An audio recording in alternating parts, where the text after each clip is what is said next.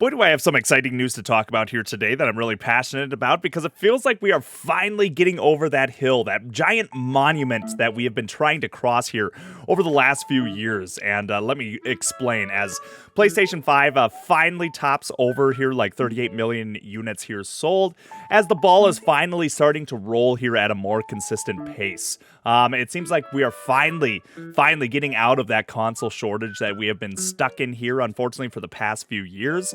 As the current gen systems here are becoming more available. It's so great to see these things actually just becoming more readily available and not selling out anymore here.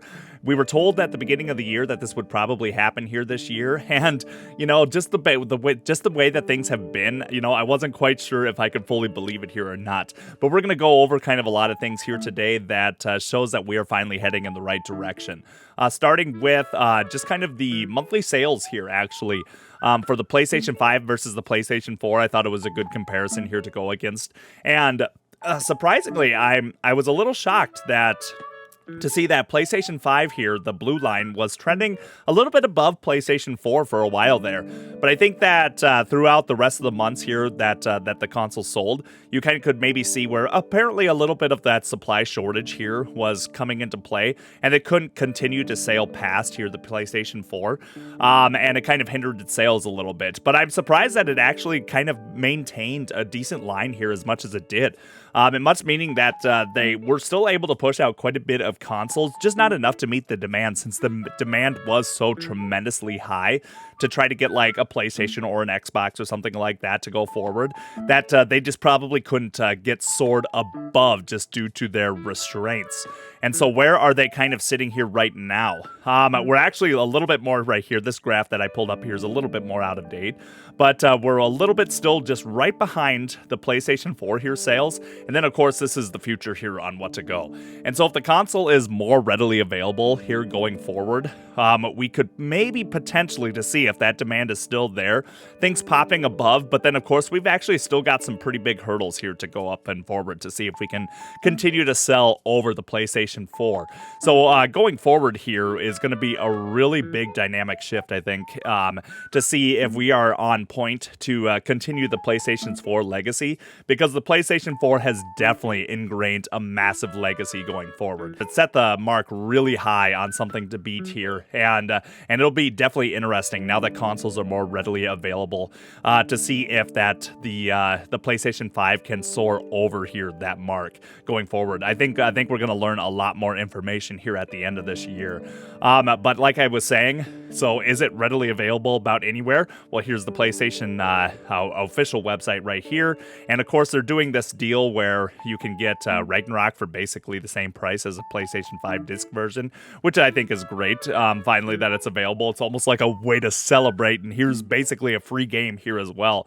And so it's pretty great to see that you can buy that, but it's not just on Nintendo's official website. I mean, you can go to Best Buy where it's all readily available there. Target, readily available. Buy, checkout, Walmart, ready to go. It's available at GameStop. It's available everywhere that you can just go and finally buy a PlayStation. This is something that hasn't existed throughout the last few years, and it's only becoming more of a thing here now. It's been about for the past few months, I would say, that PlayStations have finally been just ready to buy here without selling out. Amazon here as well. So it's definitely good to see that we're in the right direction here. I believe I picked up my PlayStation last year here, if I'm not mistaken, and I only caught wind of physical restock happening at our Best Buy that you could, jump in line at I think I got in line at 5 a.m.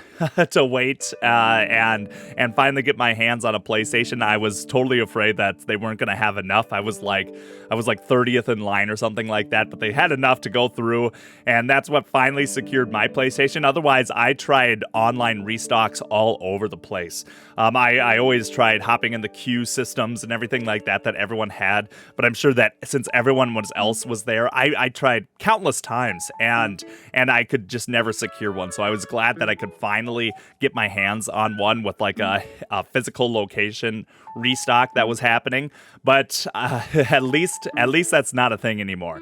You can just at least go buy a PlayStation. You don't have to fight tooth and nail to try to get a PlayStation here anymore, which means we're finally getting into that part, which is a good thing to say because there's just a whole catalog here now of games that people definitely should be picking up and playing here.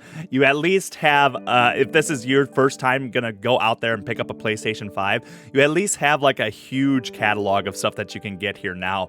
Like Astro's Playroom that just came with the system. Of course, you've got the God of War, Ragnarok that you can just grab right now. Hogwarts Legacy, even though that's not a console exclusive, is out now and is a fun game to play. But there's still more games here coming around the corner. Like, again, I'm a big advocate for Marvel Spider-Man 2. I love the first game, and when Spider-Man 2 eventually comes out, we still don't have a release date, but I'm still super excited for Marvel Spider-Man 2 to come out. That's going to be, I think, a great game here coming forward. Of course, we've got Final Fantasy, I believe 16. I'm so sorry, I'm bad with my numbers here, but I think it's a Final Fantasy 16 here that's supposed to be coming out in June of, or June 22nd.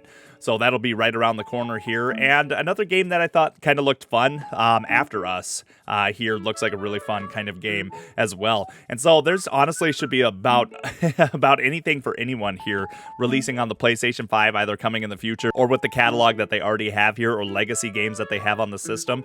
There's definitely something that about anybody should be able to pick up a PlayStation 5 if you're waiting and be able to hop right into a game right away and start enjoying your system. So now we want to hear from you guys. Do you already have a PlayStation 5, or have you been looking for one, or still holding off a little bit longer and gonna wait to pick one up down the line? I remember when I first bought mine, I wasn't quite ready to hop into the PlayStation 5 yet, but I just knew that if I missed my chance then there, I just didn't know how long it might be before I could like pick up another one, which honestly, yeah, it feels like it's been about like a year since I picked mine up there. And so that would have been a long time here to wait here once again. But I'm definitely glad to see that this system is finally in stock. I know that we're approaching 3 years of the PlayStation. It came out in November of 2020, which means that it's just been way too long and overdue since these have just been available to just go out and buy on the shelves.